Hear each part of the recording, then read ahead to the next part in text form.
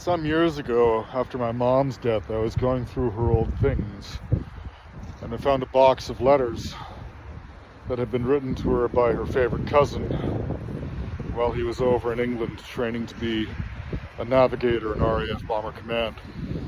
In those letters, he was excited, proud.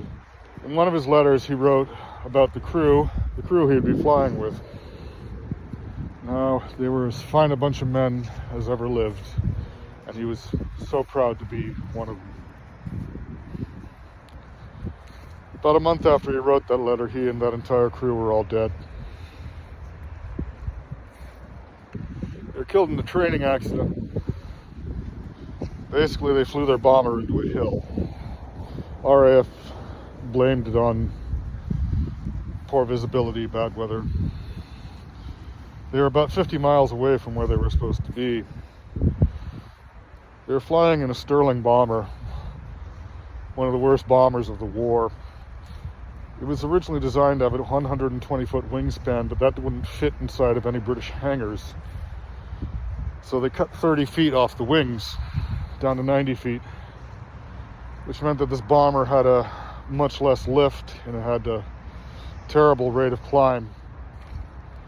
The night of the accident, they were, as I said, on a training mission. They were supposed to be flying across the country. But they had an observer on board to check their progress. And they were seen flying over the observer's village shortly before the crash. The investigators would believe that they took the detour to try and give the observer a thrill, seeing his home village from the air. After they passed over the village, they found themselves in a valley terminating in a hill. Perhaps this is where the poor visibility kicked in. I don't know. But apparently the visibility cleared enough. Witnesses to the crash saw the crew throwing equipment from the airplane. This was commonly done to make the airplane weigh less and help increase its rate of climb. Didn't work.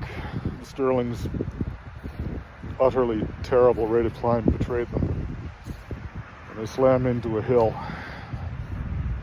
Only the tail gunner survived the crash, and not for long. They may never have seen combat, but they too were soldiers in World War II.